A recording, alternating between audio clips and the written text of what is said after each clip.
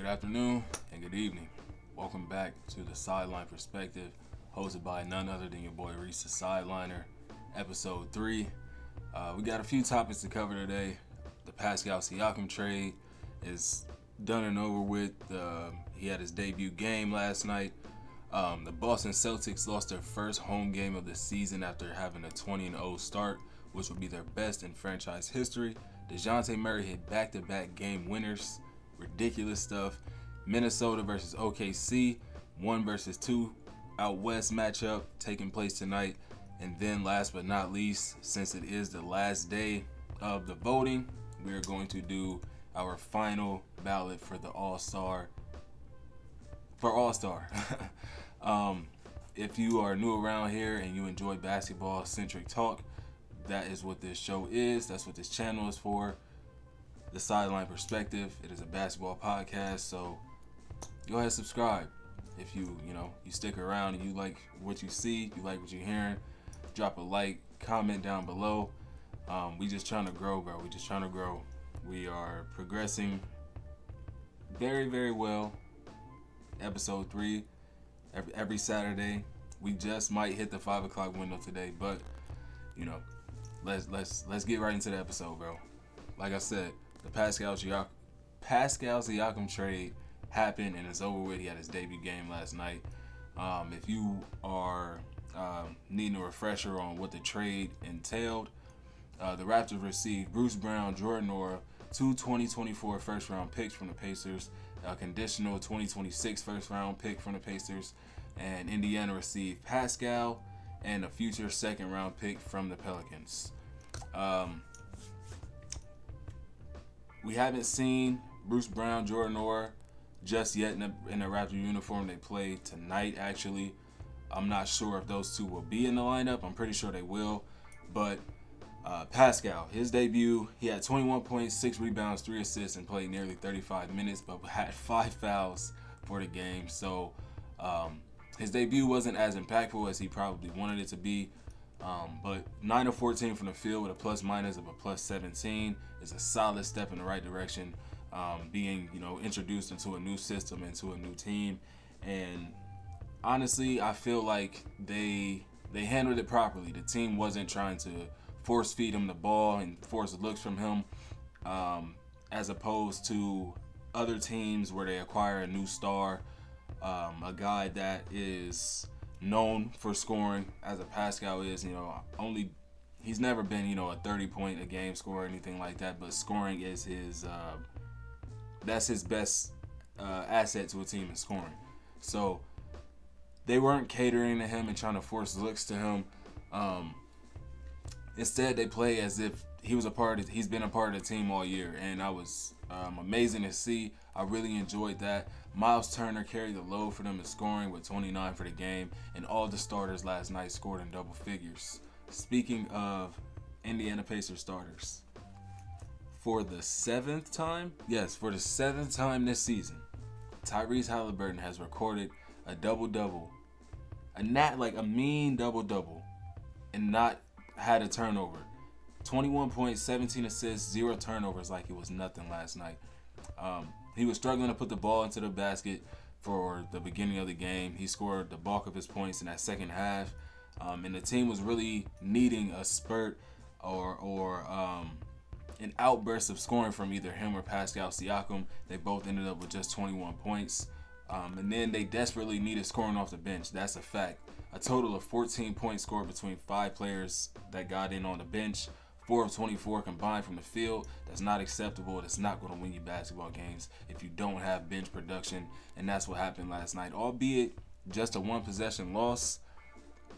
You know what I mean? Like you really look back on those, missed free throws or a turnover here.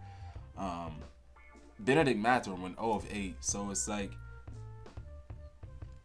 some give or take, you know what I mean? Pascal Siakam, like I said, was in foul trouble. There were a couple other guys in the starting lineup that had 3-4 fouls as well. So, it's the first game with a new player. There are going to be bumps. There's going to be hitches. But nonetheless, it was a great game. Jeremy Grant, 37 points, looked unguardable. Malcolm Brogdon had 30 as well. I know what I said about my Blazers fandom. Most of it lied with Damian Lillard, of course, but they're still looking pretty solid with Jeremy Grant and Malcolm Brogdon being the veterans leading that team. Anthony Simons, when he is in the lineup, he looks pretty solid. Scoot Henderson has had games here and there. DeAndre Ayton, he's missed the last 10 to 12 games, but when he does play, he's rebounding the ball very effectively.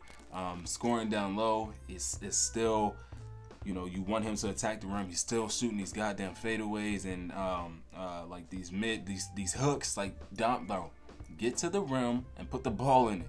Stop shooting these jumpers. But nonetheless, the Blazers have looked okay as of late.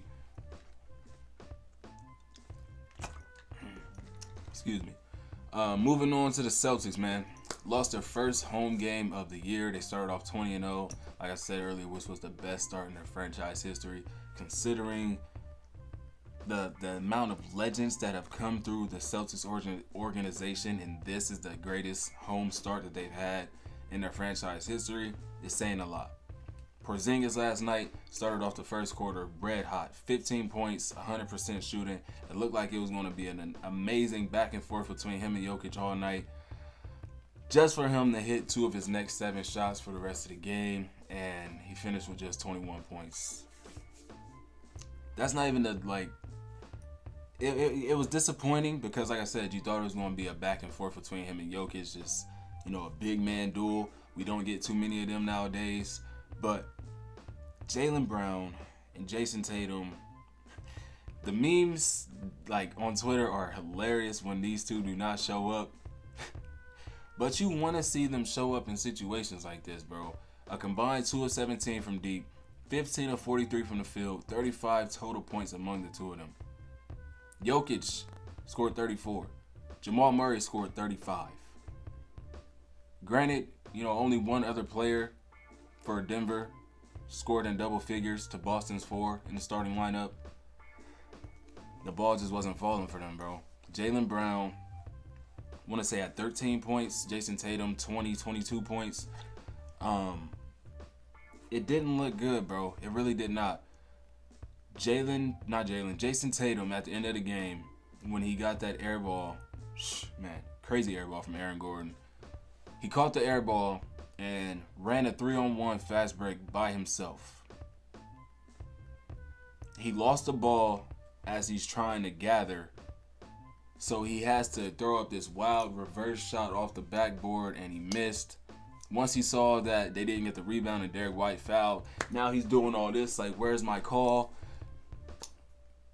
It was a bad play. That's just simply what it was, a bad play. Either he should have waited for his teammates. I get it. In that situation, you want to attack and try to draw the foul, especially seeing how he is one of the better players in the league at that. But you wait for your teammates. Derek White was trailing the play, although it may have not been, close enough for him to get the ball. He was trailing the play. I know I'm all over the place right now. So he could have got it to a teammate, slowed it down. I didn't see the timeout situation, but they could have called a timeout if they had one. I don't know. But the fact that it was a 3-on-1, very possibly the last possession of the game, Tatum gets the ball on the rim before any Celtics player crosses their own free throw line to try to, why is nobody in transition? There was no one in transition with him, like I said, other than Derek White, who was trailing the play, unless I was missing something. It's that, yes, they're the best team in the league right now, but those blunders are reasons why they weren't in the NBA Finals last year. Things like that. I don't, my memory's not pulling all the way back to May and June against their series against the Miami Heat in the Eastern Conference Finals, but I do know that throughout the playoffs there were moments where it was just why? How is this team that's been so put together for so long, they've been together for so long, they have so much continuity, that the helm is just these two. Really, Jason Tatum's up here to Jaylen Brown, but these two guys that are magnified within the NBA world how I don't know how it just crumbles sometimes, and it's things like that.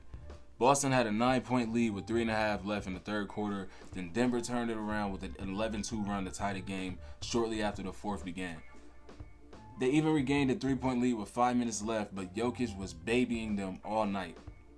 He continued to play bully ball in the paint. It was too much for the Celtics when it was all said and done. He lived in the paint in that first quarter, especially making Porzingis and Horford look super small. 19 points in the first half. He finished the game with 34 points, 12 rebounds, 9 assists on 63% shooting. It was a, what they call, masterclass for Jokic. Porzingis, like I said at the beginning of the game, he did start off red hot. Jokic was trying to match him there in that first quarter as well. He slowed down, but Jokic kept it going. That's the difference between an elite big versus, a solid big. Especially when you talk about scoring in the paint. Like, Porzingis started the game off 4-4, ended up 6-for-11. Yeah, 6-for-11. Not a bad game. He shot over 50% for the game from 3-point. He was lethal as well. But he needs more paint touches. He needs more times where he's attacking the rim versus taking that jumper. Yes, it can fall. He's 7'3", so it's not going to get blocked unless it's Victor Wembanyama, Rudy Gobert, Chet Holmgren, guys like that. Maybe even Evan Mobley. But you want to see him be able to put together those games, especially when Jrue Holiday has 7 points. Off the bench, you're not really getting that much production. You had Derek White, scored 24 points, so that was a caveat in this game. I want to say someone else had 20. My memory is not really. It was Porzingis, Jason Tatum, and Derek White who scored 20. And then you had Jrue Holiday with 7 and Jaylen Brown with 13. Jokic made Porzingis look like a baby, and he made it look easy. Very, very easy. When you consider the defense that Porzingis does possess, you would think that it would be, he could hold his own just a little bit. He ended up with just 1 block for the game. Granted, he wasn't guarding Jokic the entire game, and Jokic got about 50, 60 pounds on him. But you got to make it tough for him, bro. And I'm not even going to say that they weren't, bro, because he was hitting some tough baskets, bro. And I'd be remiss if I didn't mention Jamal Murray, bro. He was cooking. He also had 19 points in the first half. The midi was working for him all night, and he really came in clutch in that fourth quarter. He scored 14 of his 35 points for the game. He also had 8 rebounds and 5 dimes on 71, 43, 67 splits. This is, dare I say, vintage Jamal Murray, because the man is barely 30 years old. But this is the Jamal Murray that we've been wanting to see all year. He's averaging just 20 points a game.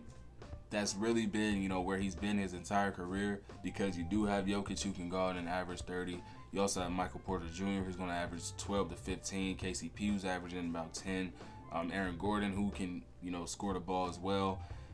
I'm not sure what he's averaging, maybe somewhere between 12 and 16. So I see why Jamal Murray doesn't score 25, 30 on any given night. But he's capable of it, and when he does, you can really see how lethal the Denver Nuggets are.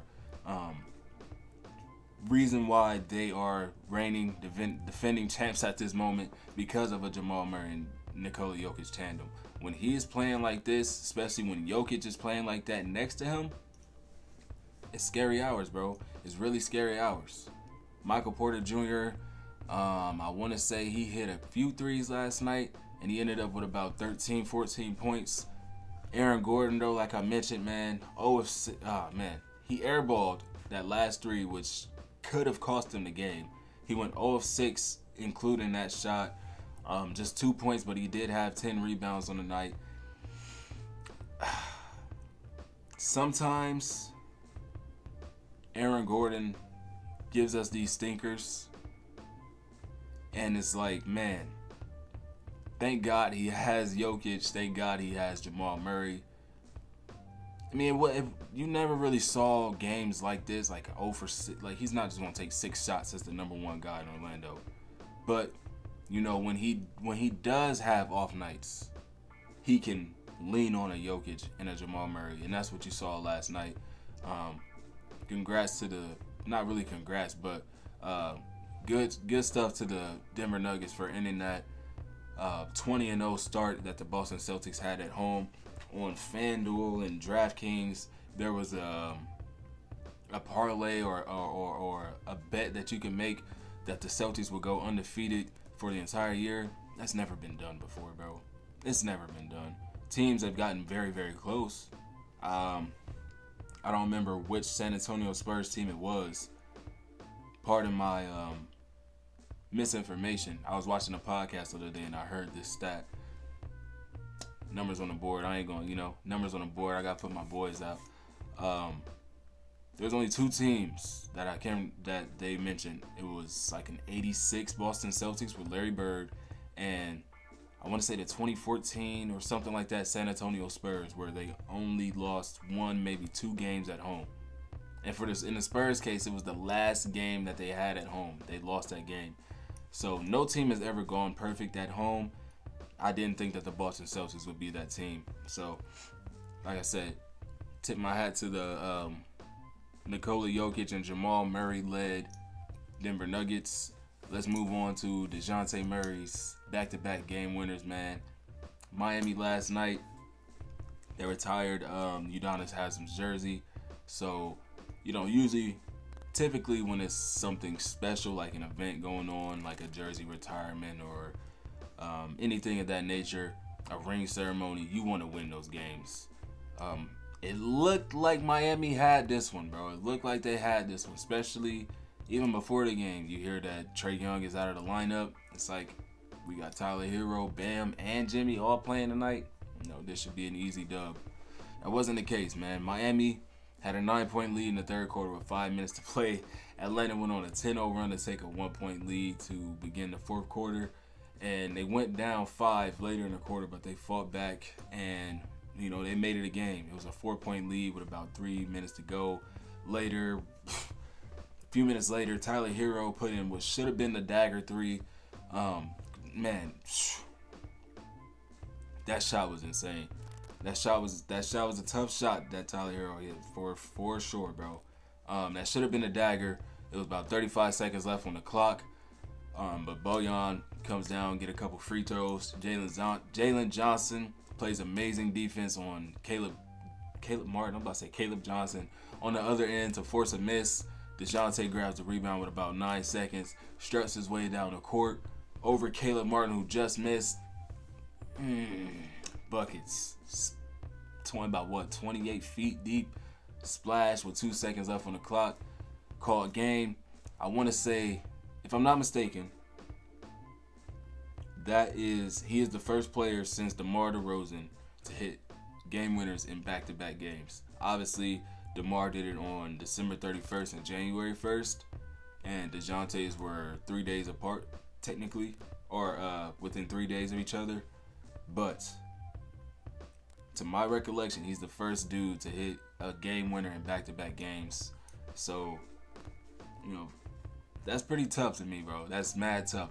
DeMar's was colder, though, because he did it to end the year and to start the year. So it was a little bit colder. But that was the second game winner that Dejounte Murray has hit on the Orlando Magic this season.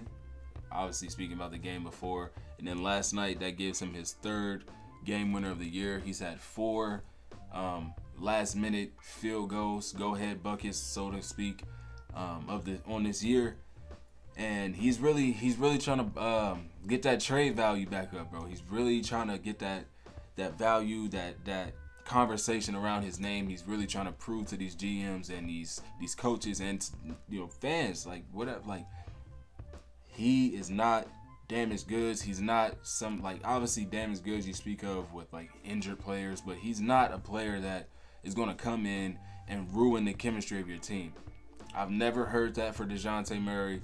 Yeah, we seen the little goofy antics last year with the Detroit Pistons and things like that. With Paolo in the summer league, or not summer league, but over the summer with the what was it, Jamal Crawford's summer runs. So we know he can be, a basketball player. He's gonna talk his shit. He's gonna do what he does. That's what basketball players do. But as far as a teammate, bro, it's like, just take last night's game for example. He was struggling to put the ball into the basket for majority of the game. He did shoot 42%, but he ended up with 11 assists for the night. No Trae Young. It's really just Clint Capella didn't have 10 points. Sadiq Bey, Bojan Bogdanovic, like there were just role players around him the entire night last night. Not one guy he could give the ball to other than Sadiq Bey, who could really create his own shot. Yes, Kevin Huerter. Oh my gosh. Yes, Bojan can, catch the ball, pump fake, sidestep, get the ball up, but he's not going to go between the legs, step back, trying to mix his man up, get into the mid-range and get to work like Sadiq can. So that's what I mean by it was just one other guy out there who he could give the ball to and go get his shot. Jalen Johnson as well. Jalen Johnson, I'm not going to discredit him, but he ended the game with 21 points, 11 assists, 3 rebounds, 2 steals, and this was, like I said, the second game in a row. The first game against the Magic, Trae Young played in that game. He put the team on his back 2 games in a row in a short victory. He's played his value up immensely after these 2 games, and I'd be surprised now where he could possibly go. The Lakers, the Bucks, the Heat, the Knicks, the Sixers, the Spurs, the Nets, and the Pistons have all shown interest in acquiring Dejounte over the last month or so. Realistically, he's not going to the Pistons. He's not going to the Nets. The Heat are so stingy with who they want to give up. The Knicks, I think Malcolm Brogdon will probably be a better, person to go and get as opposed to a Dejounte Murray, because you're going to have to start. You're going to have to start him. He's not going to go for coming off the bench. As opposed to a Brogdon, you can bring him off the bench. He's literally coming off of a year where he was the 6th man of the year. He's not opposed to coming off the bench. In Milwaukee, he came off the bench for a while. In Indiana, he came off the bench a little bit. Obviously, he was one of the main guys in Indiana, but he's accustomed to doing that for his career, so that wouldn't be a problem. So I'm taking the Pistons, the Knicks, the Heat, and the Nets off of the list. So we got Lakers, Bucks, Sixers, and Spurs. The Lakers, obviously, they're connected to any and every person that is in free agency or in trade rumors, so we see why that could be a reason. The Bucks, they possibly want to get another guy that can go out there and average 20 a game, move the ball pretty well alongside of a Damian Lillard, where he's not having to facilitate majority of the game. Obviously, Giannis averaging about 7 assists as well, so it's not just Dame, but another guard that you can play off of and be a threat scoring as well. Malik Beasley is not a scoring threat. Marjon Beauchamp is not yet a scoring threat. So you want to get another guard on your team that could possibly drop 20, 30 a night, get game winners. You know what I mean? Drop 11 assists. He's a career 7 to 8 assists a season, a night, a game, whatever. Secondary guard. Yeah, he played point guard, half of his season in San Antonio, half of his career in San Antonio. But the past couple years being the off guard, it's still the same thing. He's still putting up the same amount of assists. The ball movement has not fallen off. So I can see that for the Bucks as well as the defense. You definitely, desperately need some defense next to Damian Lillard in the backcourt. The Sixers, that's like a dream, a match made in heaven in my opinion. It's similar to the Bucks with Tyrese Maxey and Damian Lillard. They're not really looked at to be defenders, but you bring in Dejounte Murray, who, like I just mentioned, all the things that he can do with the defense alongside of Tyrese Maxey and Joel Embiid. it's the same thing with Damian Giannis. It's just another guard that you can play off of that has top 20 perimeter defense in the league. He can facilitate very well. So I don't know, man. I'm excited. The Spurs is just so they can get some veteran point guardship, like some actual, because I like Trey Jones. I really do. But when you consider what Dejounte brings to the table over Trey Jones, I would love that next to Wemby. I'll take that any day over Wemby. I mean, next to Wemby over Trey Jones. So I don't know, man. It's definitely going to be interesting to see what Atlanta can get in return for a 27-year-old guard who is at the peak of his game, averaging 21, 5, and 5 on 47, 38, 83 splits. Next up, man, Minnesota versus the OKC Thunder tonight. These teams have split their matchups 1-1 on the season thus far. November 28th and December 26th were the two games they played. On the November 28th game, Minnesota edged out OKC 106-103, where AntMan put in 21 points, 5 rebounds, and assist, a block on 7 of 16 shooting. 3 of the 5 starters scored 13 or more points, and they had 43 bench points. This was the game that Troy Brown Jr. and who was the other guy? Jalen Noel or Naz Reid. They decided to hit all those threes. They wanted to score a combined 32 points. So, yeah, we didn't really have much for that. Shai on the other side, he dropped 32 points, 4 rebounds, 4 assists, 3 steals, 2 blocks, 13 of 22 from the field, and 4 of 5 of our starters had double-digit scoring for the night with 32 bench points. So we had an extra starter scoring double digits, but we had to sacrifice that 10, 11 points on the bench. Like I said, we lost by 3 in that one. Spin it around about a month later, we get that get back. Minnesota, 106 to OKC's 129. Minnesota put up 106 in both of the previous matchups. OKC, like I said in the first game, 103. The second game, 129. So you saw a 26-point improvement by OKC, while Minnesota essentially did not improve. As far as, want to talk head-to-head matchups, we outscored them by 26 points, 23 points in this one, and 26 points of our old score. AntMan, 25 points, 7 rebounds, 6 assists, 1 steal, 7 of 16 from the field. Once more, surprisingly enough, that's crazy. All but one of their starters scored in double figures, and they had 30 bench points, while Shai dropped 34 points, 6 rebounds, 9 assists, 2 steals, a block on 14 of 19 from the field. All of our starters scored 10 or more. 3 of them had 20 or more, so that would be Chet, not Josh Giddey, Lou Dort, and J-Dub, alongside of Shai, scored 20 or more points, and we had 24 points off the bench. I'm so sorry. I'm running out of words here. Obviously, we know Shai Gilgeous-Alexander is in the running and making a legit case for an MVP. He's been on another level this season, bro. Absolutely ridiculous. When it comes to showing up, he shows out. So, in this game, 1 versus 2, I could really see him making a statement, maybe a 40-point game. It's not nothing that, he hasn't done yet this year. So, he's already had 32 and 34 against him. 40 isn't too big of a stretch. And he really needs to make that push for MVP. I would love to see another MVP in OKC. We haven't had one, obviously, since Kevin Durant in 2014, 2015. But if the 1 seed does so happen to come down to a tiebreaker at the end of the year, if, we're still 1-2, and, we have the tiebreaker.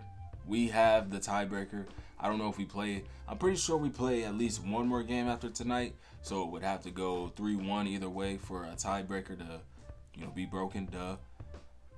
This could be a very, very vital game in playoff seeding, bro. And if OKC is able to secure the 1 seed, bro, there's no doubt in my mind that Shai can win MVP this year. I know that's not,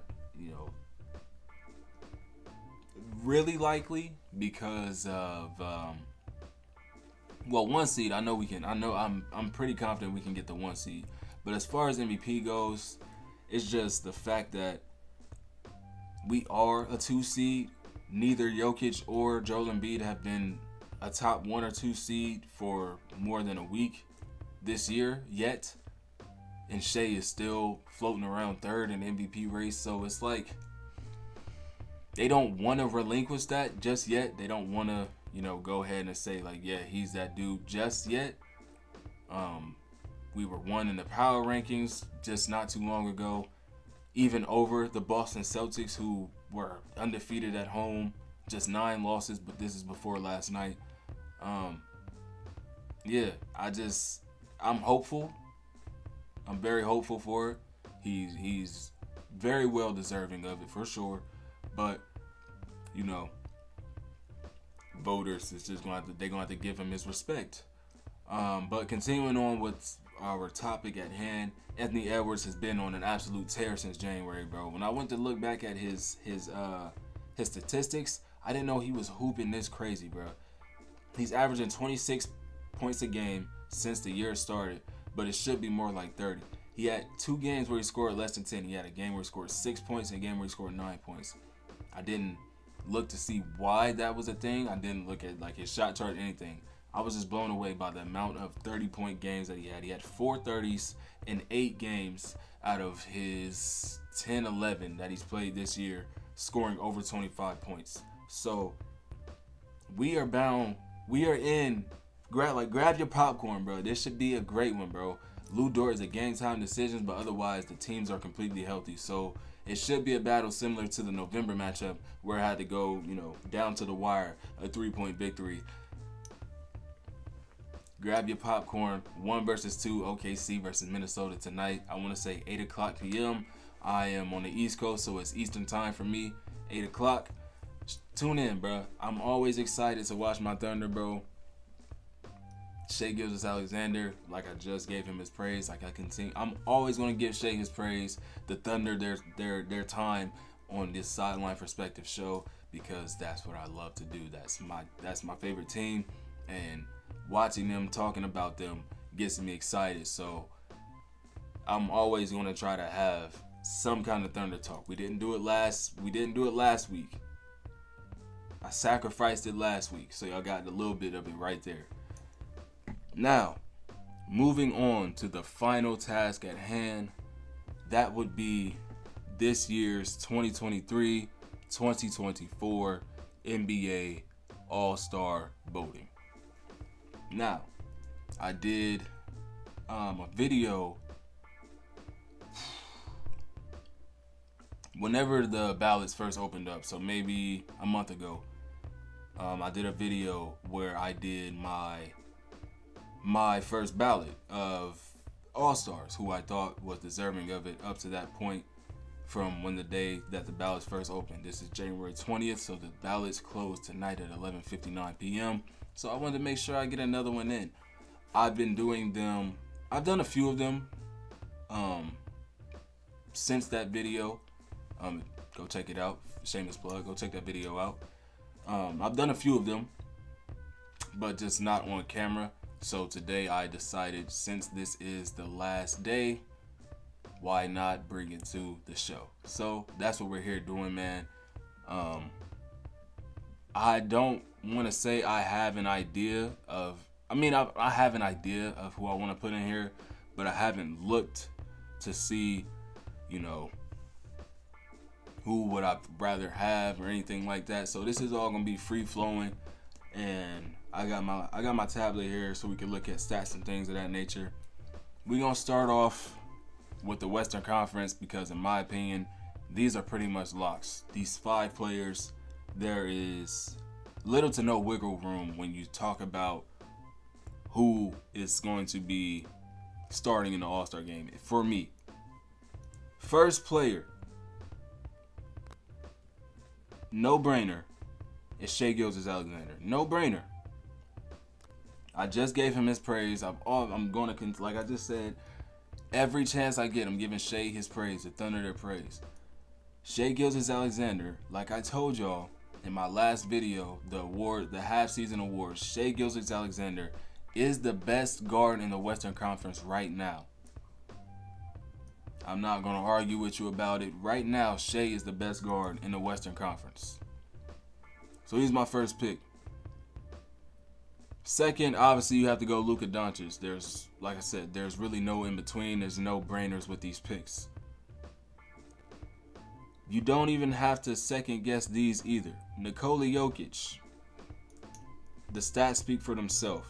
LeBron James, he is currently the leader for the Western Conference in all votes. Giannis is edging him out by maybe 1 million or something like that, but LeBron James, 39 years old, still averaging 25, 7, and 7. He is on the verge. Within the next 20 games, I don't know if y'all know how insane this is. Like, we are about to witness legit history. Within the next 15 to 20 games, LeBron Raymond James Sr. will be the first NBA player to ever have recorded 40,000 regular season NBA points. The first. And he's 40. He's still doing it with ease, bro. No doubt in my mind he is going to be an all-star starter. And it's LeBron James. You'd be crazy to bring LeBron off the bench, all-star or not. And for this last one, Anthony Davis has had, a hell of a year. But the Lakers are teetering 500 every other night. They're in the play-in. They're out the play-in. They're in the play-in hunt. Kevin Durant. Kevin Durant is going to be my third pick for the Western Conference All-Star starters. The Suns are currently 23-18, sitting at the 8th seed, while the Lakers are 21-22, sitting at the 10th seed.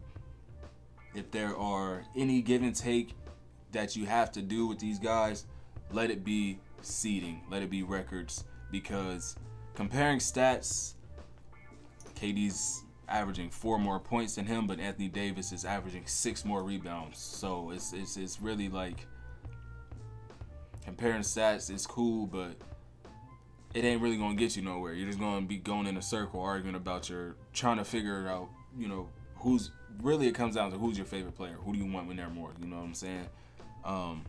Moving over to the East though.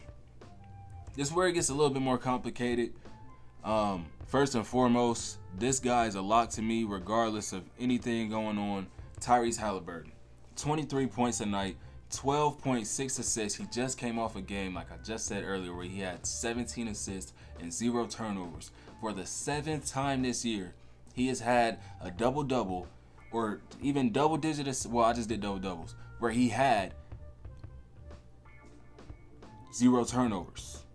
7 times. And a lot of those games are 12, 13, 15, 17, 20 plus assists. And he didn't turn the ball over. He is my for sure lock for the Eastern Conference backcourt.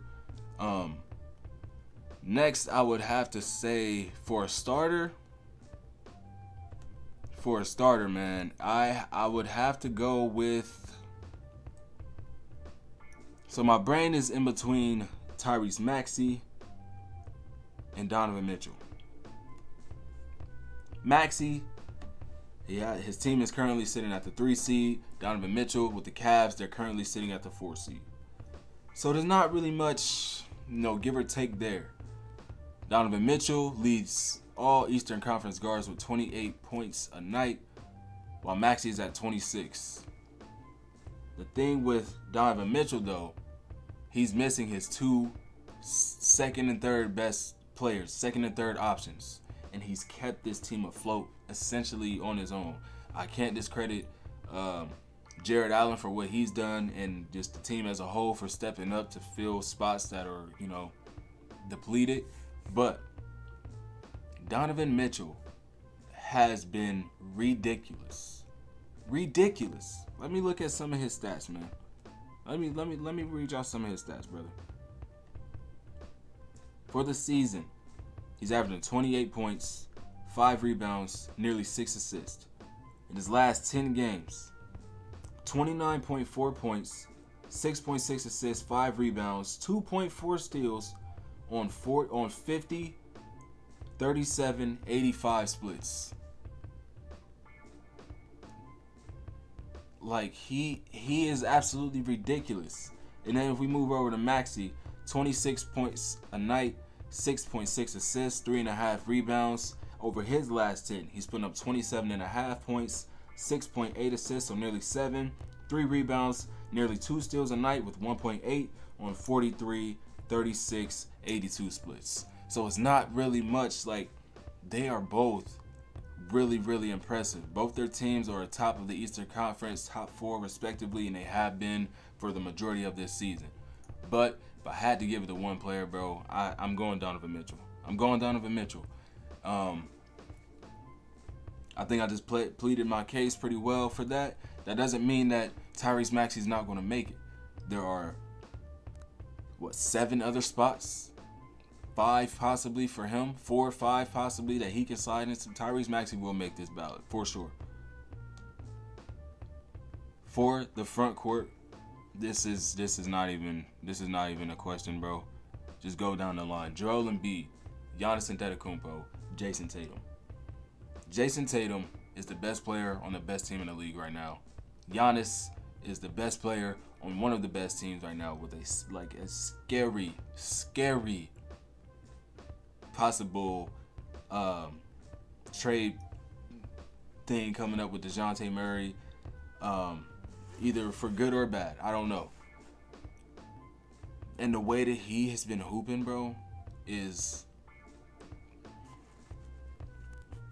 ridiculous, bro. It's honestly ridiculous. And we don't even have to go into Joel Embiid. He's leading the league in scoring with 35 points a night. We ain't seeing scoring like this on a nightly basis since James Harden's MVP, where he put up 36. Joel Embiid, Giannis Antetokounmpo, Jason Tatum.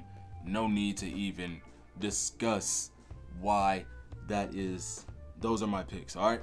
So, Shai, Luka, LeBron, KD, Jokic. Out west. Out east, we got Donovan Mitchell, Tyrese Halliburton, Jason Tatum, Giannis Antetokounmpo, Joel Embiid. I'd say those are pretty solid starting lineups. Every person there is deserving of it, no doubt. And I don't really think you can argue any of these players other than maybe Donovan Mitchell to not be a starter. So I think I did pretty well. Let us go ahead and reset these boards so we can get our reserves in here as well. These ones, they're also very obvious choices, but there are a few players that you can argue cases for why they should be or why they shouldn't be. So, there could be some controversial choices. I'm sorry for, anybody that gets snubbed in y'all's opinion. But off the bench, I'd be a fool to not put this man in here first. He is the number 1 seed in the Western Conference. I just talked him up. Anthony Edwards deserves to be an all-star this year. Starter, he's just not killing like Luka and Shai have been. So he's going to be coming off of the bench. And for the other guard, that's not a wild card. This is where it gets tough, man, because you have De'Aaron Fox. You have Devin Booker. Both their teams are 7th and 8th in the standings. You have Kyrie Irving, who's sitting at 6th. Stephen Curry, who's sitting at 11th. But it's Stephen Curry. Like, man, it's Stephen Curry, bro. And he's been doing his thing. Now, lately, it hasn't been looking good for Steph. I'm not even gonna lie to you. But it's Stephen Curry, man. Like, how can we not put Steph in an all-star game? De'Aaron Fox has been holding it down. Devin Booker, in his 31 or so games that he's played, he's looked amazing. Kyrie Irving, when he has been healthy and in the rotation, he's looked very, very solid. But I can take Kyrie off right now because out of these other 3 players, I'd rather... But he's 6th seed, bro, over Stephen Curry's 11th. Like, this is where it gets hard, bro. Y'all seeing real-time thoughts right now. If I had to pick one, man, because it's not like a couple of these guys can't make it with these other wild card spots. If I had to pick one,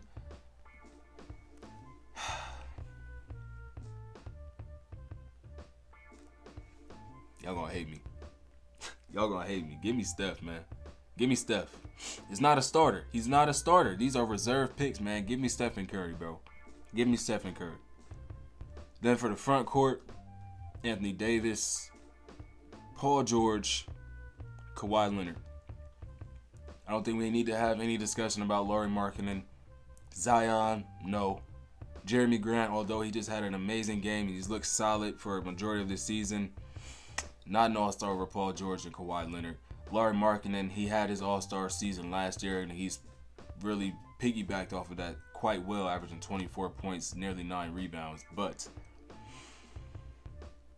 it's not in Utah this year, buddy, so you're not going to get those fan votes like that. So the way that the Clippers have been hooping, they're definitely getting 2 all-stars. You're definitely getting the 2 all-stars out in L.A., so lock those in. The L.A. front court for the reserves out west. Out east, reserves, like I said, Tyrese Maxey, he's definitely making it. Jalen Brunson, he's making it for me, bro. Jalen Brunson is making it for me. You can argue Damian Lillard. You can argue Trae Young, averaging nearly 11 assists with 27 points. But the team has not looked good. They're literally in a flux right now trying to decide what to do with their future as far as Dejounte Murray goes. So he's had a hell of a season though. This should really be personal based and not really team based. But you have to factor some of these things in when you're trying to decide who to choose and who not to choose. So that's just where all of that keeps coming up with. But yeah, man, Maxey, I've already spoke about what he's been doing. Jalen Brunson, let's go check out his stats, man. Because Jalen Brunson, I don't think people realize how solid he's been this year. 26 points a night, 6.5 assists, nearly 4 rebounds. Over his last 10, he's putting up 28 points, 8 assists, 3.5 rebounds on 47, 36, 87 splits. The 27 points with the 8 assists is really, really surprising, bro. I didn't know he was dishing the ball like that. For the year, yes, he averages 6.5. And that's even something because last I checked, Jalen Brunson was a below 5 assists per game kind of guy. So he's really having a hell of a season, man. Let me look right here. No, last season he was up to 6. It was the season before that where he was under 5. So this is a career high in assists for him this year. I really like what Jalen Brunson has been able to do, bro. Damian Lillard, he had the shaky start. He's been looking very solid over the last 20 or so games. He was one of my considerations for Clutch Player of the Year. But Jalen Brunson and the Knicks have really turned it around from where they were last year, and especially being able to stay afloat after such an intricate trade, bringing in OG Anunoby and losing scoring in RJ and Emmanuel quickly. They've still been able to figure it out. So I give it to Jalen Brunson. Like I said, this doesn't mean that Dame is not gonna make it. This doesn't mean that Trae Young, he might get snubbed. I'm not gonna lie to you. Trae Young might get snubbed.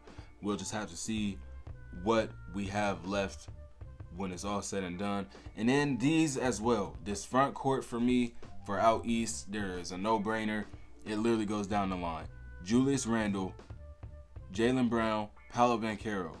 You could argue for Bam Adebayo. You really could make a case for Bam Adebayo putting up 21.5 and 10.5. The Miami Heat have looked okay this year. They just took that tough loss last night against Atlanta Hawks. But sitting at the 6th seed, 24-18 on the year, a 5-5 record in their last 10 games. Bam Adebayo you can make a case for him, bro. In his last 10 games, let's see.